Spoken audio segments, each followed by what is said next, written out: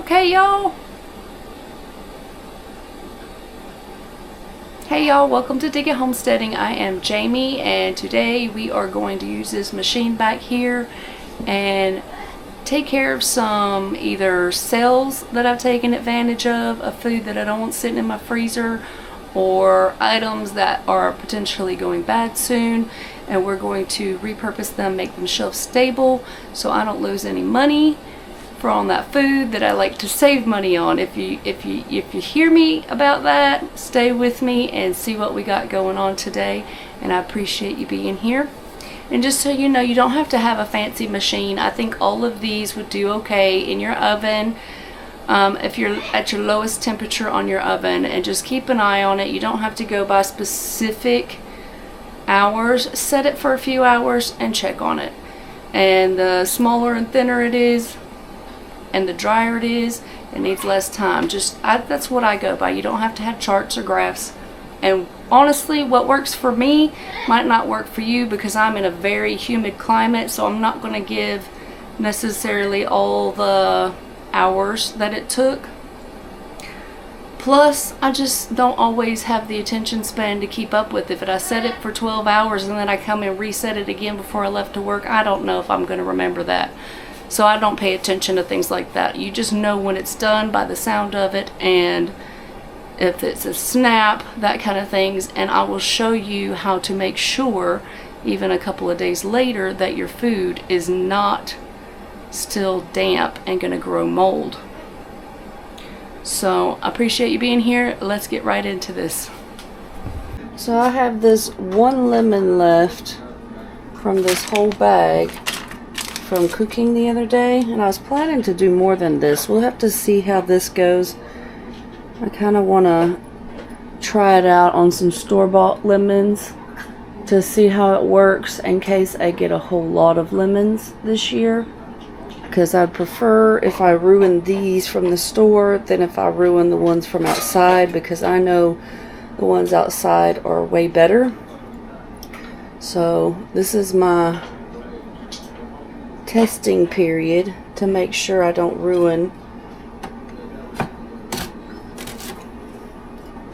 my own harvest of the lemons that everybody prefers better. I've got this mandolin set about 1/4 of an inch, and this whole mandolin is very, very old, so I'm sure I probably need to get a new blade or something. I don't even know if you can, but I'm gonna try this out to get more even slices on this lemon. And since I have only 2 trays to dehydrate on, oh, that's much better. That might be enough, but you could also use a knife. You probably won't get as accurate results, and I really should get one of those stainless steel gloves, I know, but I just haven't. And if you don't have a dehydrator, you can use your oven.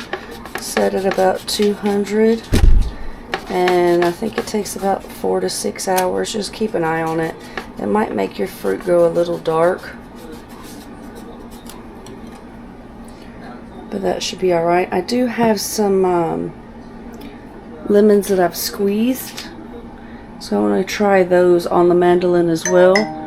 These are all just going to be perfect for when my family has tea. Everybody in the family likes lemon except me, so these will be great to just throw in their tea or flavor some water. But to have a lemon sit here and go to rot because I have no plans to use it, that just makes no sense to me. Let's see if these squeezed ones will cut too.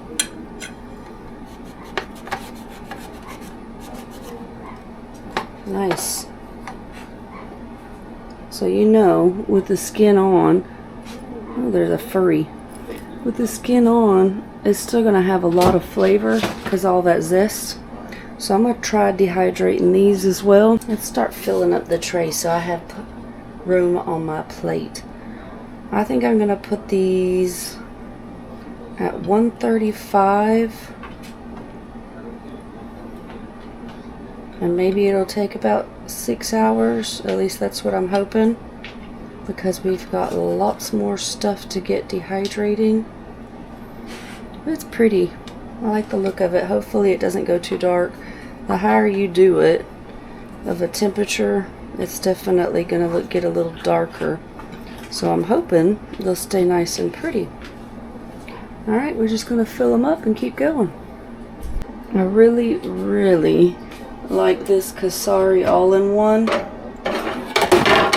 And it's really good for when you're wanting to do just small batches like this of dehydrated products or whatever.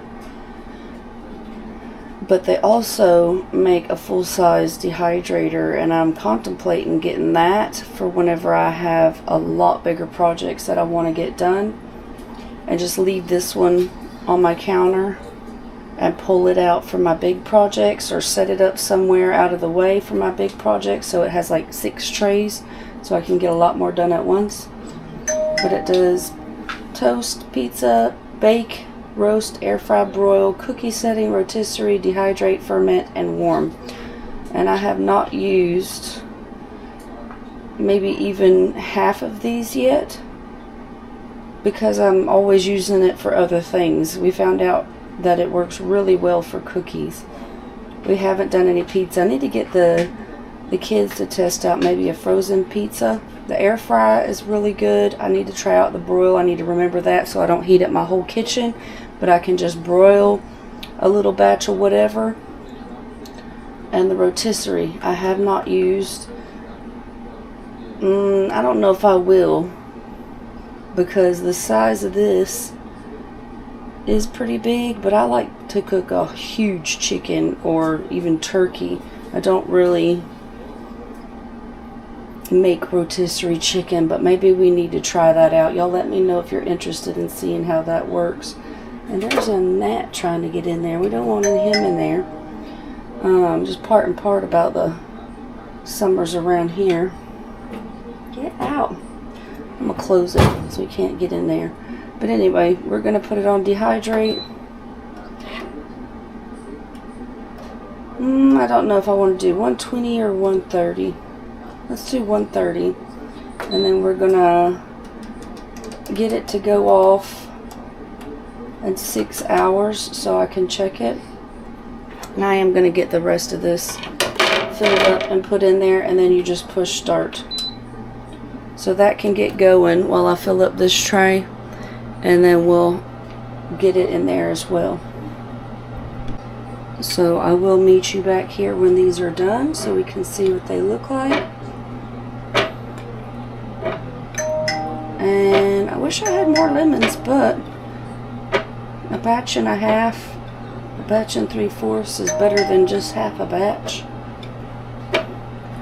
So there we are. Alright, let's see what they look like. Some of these need some more time, sister. See, look how it can bend and stretch and wiggle. That means there's more juice. So we're going to get these going. Some of these are done, like these. So it looks like it works well to do the ones that have been squeezed. And they still smell very lemony, so they will get a second use. So we're going to go ahead, and they kind of just make a thud noise. You just want to make sure all the moisture is out of them. So any of them that are done, we're just going to go ahead and plop them in the jar. That one still has some moisture, so I'll go through and check them all, and then we'll get them running and see what they look like when they're completely done. Some of these up here probably done too. You hear how it's kind of crunchy? That's what you're looking for. Alright, this is all nice and dry now. Some of these up here need a little bit more time, but we're going to get our next batch of dehydrated items going. And that's okay to do if things aren't like highly scented, which yeah, lemons are, but if that lemon scent gets into what I'm about to do, it'd be okay. I don't think it'd be that big of an issue. So just think about that cross-scenting things. Yeah, that one's still pretty pliable. I want a little bit more of that moisture. See, you can possibly see there's still some moisture on my finger. And then we're going to have them in this jar. And when those are done, we're going to put these in a jar big enough to shake. And we're going to check it every day to make sure it's not sticking together for, I don't know, 4 or 5 days. And then once we see that nothing's stuck together, then we know everything's dry. And then it'll be shelf stable for us to use later on. Well, almost a quart by the time those come in. So next thing we're going to do is going to be super quick. And there's lots of ways to do this. But we're going to do some potatoes. And we're going to take help from the store. And I really wish I had a mat for this, because I feel like some of it's going to try to fall through, but we're going to try it anyway. I have done potatoes, but I'm pretty sure I just made like a mat out of parchment paper or something like that. But you just want to lay these all out. And these are already peeled for me, already blanched for me. So that makes it great. And the kids will dehydrate these and use them as hash browns. I will use them as potatoes for potato soup or in soup recipes where I just want to add some potatoes. But I have not done them as hash browns. I did it myself with potatoes. And if you have the patience for that, then that's great. I just looked for some of these to be on sale. And then got them then, because that's a lot of extra work. So not too many of them fell through. That's good. I can live with that. So we're just going to get these going today while I'm at work. And then we'll check in again later on. Alright, here is what they look like coming out. They are dry and crispy. And we are going to go ahead and get all of these put into this container just like the other stuff. That's what you want. Nice and dry. Little ching ching sounds as you throw them in. Tell a lot by the sound of your dehydrated things. And I think this one might have been 10 hours at 120, but you can see it's still nice color. It didn't discolor at all. And we'll do the same thing, shake it for a few days. I like getting all these batches of dehydrated things done in the same week. That way I can keep track of them and shake them and watch them over the next week all together at the same time, so I don't forget, because I am horrible about remembering things if it's not in my normal routine. So if I have a bunch of them sitting up here on the counter that I need to go through and shake and check on every day, then I'm more likely to remember that I need to come through and shake these like this and see that everything's rolling around and moving and stuff like that. So one more item off the list, and I may or may not do some more of these. I like to have these on the shelf. For one, it frees up my freezer, but anytime I can find them on sale, it's good to have extra. Never know when you're going to be out of potatoes, either in your freezer or just regular potatoes. I don't keep on hand anymore. I do can some potatoes for people when they want potatoes, and then I do them this way as well.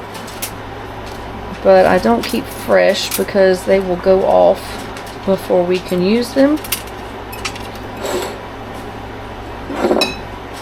So this is a great way for me to have extra potatoes on hand if we run out of hash browns, which we don't often keep them in the freezer just in stock. But if that, you know, all of a sudden the kids decide they are on a hash brown kick, well, then we have them and we don't have anybody complaining that we need to go to the store, because I hate having to run to the store. So we'll get this reset and we are going to pull up our next project to get in here as well. Alright, so that's how much we got out of most of 2 trays, and I will run some more of this. I want at least a quart jar full in my pantry. For this next one, again, use your freezer section. All the vegetables are already washed and blanched, and you can use that to your benefit. And we shall see. I'm worried about, I can't remember which vegetable, maybe the peas and the corn was a little iffy getting stuck in between here. That's another reason I'm contemplating getting an actual dehydrator, is because these are a little bit different in those machines. But we're gonna get some mixed vegetables done, just because I want to get as much out of the freezer as I can. And again, find these on sale, find them when they're a good price, and then instead of just loading up your freezer and keeping it all stuck in your freezer, or if they're about to, you know, start having some frostbite going on and you just need to do something with them but you don't know what, give this a try. Go ahead and stick them in the dehydrator and get them shelf stable instead of letting them just get freezer burnt and go to waste. And our little kitty friend is back down here playing with stems from a grape, it looks like he's found. So that's why the camera keeps wiggling. But I love that I can just take a few minutes a day and do this passively, where I don't have to do a whole lot. So even throughout the work week, I can be getting projects done and it's no big deal. I just come in here and check it from time to time in the morning and reset, and then package it up at night. Or opposite, sometimes it's opposite, I'm packaging up in the morning. Now this, I'm overloading a little bit. I might spread that out. You really want to have like one layer, and I break up all of these little clumps. There's not too many clumps in this, but you want about one layer. Let's see, yeah, we still have some room up here. Try to keep it to one layer and then come through, and I'll just run my hand through and kind of give them a stir later on tonight before I go to bed. But these are great in soups as well, and I know the kids have thrown these in their ramen. I know some of the like ramen cups have little vegetables, but dehydrated vegetables, if I have them, the kids use them. So that makes quick work of that, and then I'm just going to get it going again. Probably just going to leave it on this 120 temperature for that. Don't know if that's right or not, but I am going to reset the time, and we're just going to put that on 12 hours, and then I'll check it again before I go to sleep. Alright, so after about 14 or 15 hours, I checked them before I went to work this morning and they were still damp. We have success where the green beans will break in half, and some of it did fall through onto this, which is fine. I just wipe that out after each batch, and then I can just scoop it all to the corner to get it out. So now we have a whole lot, and that's what I remembered, is that some of these things fall through. So I think with actual just dehydrator, one that only does dehydrate, and I wouldn't have that problem, but for now it's fine. But now we'll have a whole lot of dehydrated vegetables to use in all sorts of ways. So we're just going to get all of this out and we're going to get our next project going.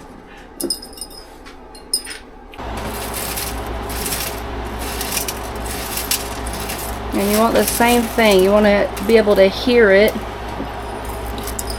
which I had to turn my AC on, so you might not hear it. And you want to hear it sound like it's no hydration, and also use touch to make sure that there's no moisture. And then the same thing, we're going to put it in the jar, shake it every couple of days, make sure nothing's sticking. If it is sticking, dump whatever that is back in and give it a few more hours. And then start your shaky over again, just to make sure no moisture is in there, because if you have moisture, you're going to end up with mold or mildew forming on your food, and then you've ruined the whole idea of what you're trying to do, which is make it shelf stable instead of being in your freezer or even fresh produce. I have done this with peppers when I had a bumper crop of habaneros and things like that that might blind you from the scent. I just take this machine outside and do it out there, and it gets the job done. Okay, if you're still with me, I can't thank you enough. We have one more project that we're going to get done. I don't know if your kids or grandkids are like mine, but they go in phases where you buy a bag of apples every week and they eat the entire thing, and then all of a sudden you have apples that are going bad and you don't know what to do with them, or you don't have time to deal with them. Well, this is what I do. I dehydrate them. Now sometimes I will dehydrate them with some cinnamon on them. You could add sugar if you like, but especially these green apples is really good with cinnamon. And it depends on what mood I'm in and what the kids are wanting. And if I'm just going to use them for later on myself, then I usually just leave them plain, and that's what we're going to do today. So let me show you how easy this is. That way you can store your food and not let it go bad, because I don't know about you, but I hate wasting money on food that goes bad. So use everything you got and keep everything preserved on your shelf.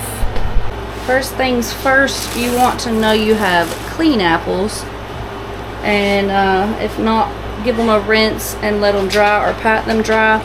And I have this corer.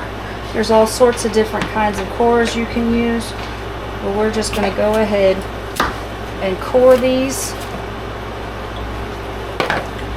just like that, because we don't want any seeds in this product. And then we're going to take our mandolin and make sure it's adjusted to the thickness you like. This works best for this kind of project because you want everything to be the same thickness so everything can dry the same. So we're just going to go through and get our apples all sliced up. And right here, it's about 1/4 of an inch. So once we have that done, we'll get them on our sheets. And I've got my sheet. I just finished with you guys getting all the vegetables out, and there's still like a pea stuck on here, but I'm not worried. That vegetable isn't going to transfer the flavor, and we're just going to lay them out all over. And since I don't have the bigger dehydrator, like to go through and do each apple and then lay it out on my sheet until I've filled up both of my racks. And I probably honestly would do that with a regular one too, because I don't want to cut a whole lot of apples that can't get on here.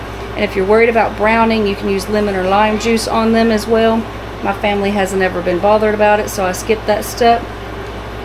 But if you are more particular about it, just know that you can do that. And we're just going to go ahead and continue until we have both racks finished.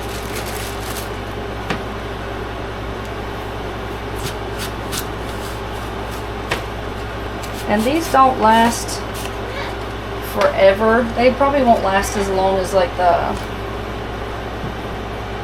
some of the other things that we did, like the vegetables.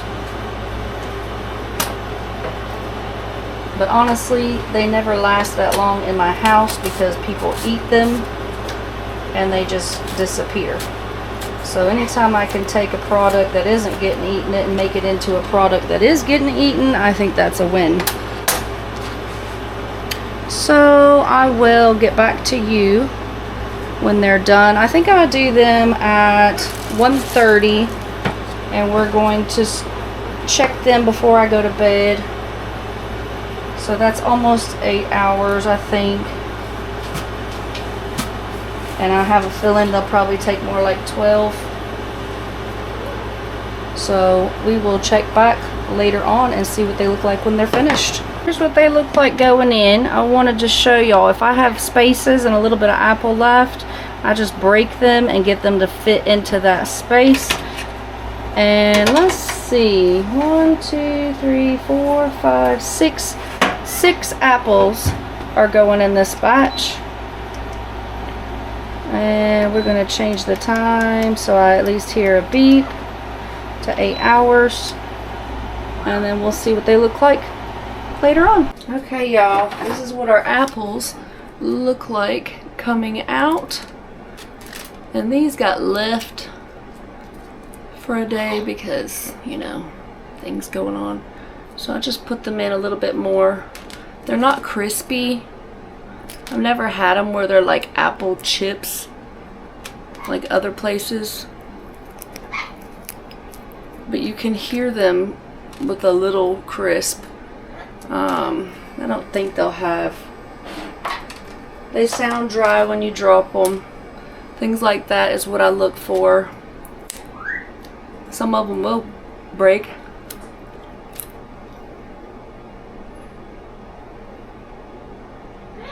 And I don't normally just eat raw green apples, but this condenses and makes all the sugars in the apple a lot sweeter. So these are always sweeter than the actual Granny Smith apples. So I'm sure sister is going to be super excited to have these. And we just eat them like snacks. I'm sure somebody clever out there. Ooh, that was a nice crispy one. Very nice. But it's a snack. We like dried fruit as snacks. But anyway, I'm sure somebody out there could think of a way to rehydrate and use them. But that's just not what I do with these. I just want to make sure these apples aren't rotting in my cabinet. And preserve them in a way that somebody will eat them. So I've got one of these jars here. We're going to put them in. This has a rubber seal, but these I find are not always really airtight. So to just do the part where we shake them for a week, I don't mind using these. But if it's something that I'm going to have long-term storage, I usually ultimately end up putting them in whatever size. This is a ½ gallon, and then I vacuum seal the top with my machine so it sucks all the air out, and then it'll seal this, and then anytime we get into it, I just seal it back. But for something like this, the fruit, I will just leave it in the jar and we will have it as snacks, and the whole family will get to enjoy that. And this to us is better than a candy jar that's sitting around, because usually if we do have candy just sitting around, it just sits. But if I put fruit, my family is absolutely crazy for fruit, and these disappeared. Let's see how many we get. And I do still have 2 more apples to put in here and get them going.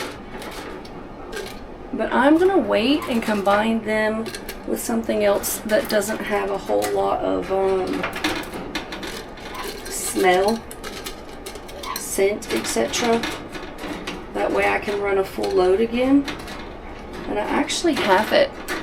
So we might get that running together. So that could be a bonus for you guys. And I really want to get those going, because I thought I was going to use them and I didn't. Let me show you. Sliced mushrooms, right? You get them, and it's super convenient to have the mushrooms sliced for you, and they're usually way cleaner than the whole mushrooms. But sometimes we don't eat the meal that went along with the fresh mushrooms at the beginning of the week, or we just didn't want it at all that week, and so it's in the next week, and they're starting to get, I wouldn't say gross, but they're just not what you would pick out at the store. There's a little moisture on that, so I can tell I need to do something with these quick. So I could either make that meal, or I can dehydrate them and have them when I don't have these on hand fresh. And look, I've never even taken these out of my seasoning jar. So anytime this is happening, and I've been known to let them just sit in there and get disgusting, so I've decided if I do this, then I'm saving my money. And then I have these lovely mushrooms. I'll show you. Lovely mushrooms that I can pop in some hot water whenever I'm making a beef gravy or a soup, or we make Salisbury steak, and that gravy I like to throw the mushrooms in, so I rehydrate them in some warm water, and then I just throw them into what I'm cooking. Or you can grind them up into a powder and throw them into soups or stews or ramen or anything like that that you want to have a good hit of an umami flavor, and this would be perfect for that. So we're going to get these mushrooms on the tray, and the flavor of these, if I have room, won't mix with those apples that I also need to get done. So if I can just make myself pay attention to when things need to be dehydrated instead of going bad. That's also a thing I really like about this machine, is I'm not having to run a machine with 6 shelves or more. I think there's some that do more. I don't have to have a whole lot of stuff on hand to make a run of a batch. But then, you know, whenever I do want to run a whole lot, then I have to run it more. So I guess it kind of evens out. Y'all let me know your thoughts on that. If y'all think I should get one of those dedicated dryers, dehydrators, and let me know which ones you like. I'm kind of tempted to look into the actual COSORI brand one, which that's what this is. I'll leave a link to this below. That way if you are interested in, this is an all-in-one, so it just does all kinds of stuff, and I love it. I use it all the time. But let me know which actual dedicated dehydrators y'all love, so I can start looking into those. Or if you think I should just keep doing this how I'm doing it, let me know. You know, I need some of that feedback on what I should do. And I'm kind of thinking about testing out some other things. Like, I have never done okra. Y'all let me know if you've done okra and how you use it. I'm sure you could just do the same thing and throw it, rehydrate it and throw it in a soups or whatever. Or gumbo is one of my main uses. I just don't know how that texture, is it going to be a different texture? I'm sure it will be.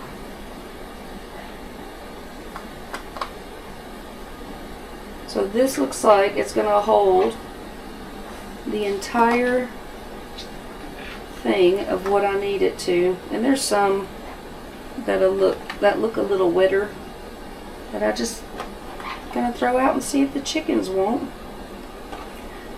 But this is good to know. So the little pack fills up the whole tray. I've never paid attention to that, but since I'm showing you guys, that's a thing I'll note for next time. And I do have 2 of these boxes, but I think this one's way better. So I think this one can survive my planning for meals. And if not, then it can go in the dehydrator too. Some of these are just stem pieces and they look like they've absorbed a little bit more moisture. So we'll call that good, and then the chickens can have some as well. And I'm just going to check these over real quick. I mean, they're starting to show some age, but there's no wetness, so I'm good with that going back in the fridge.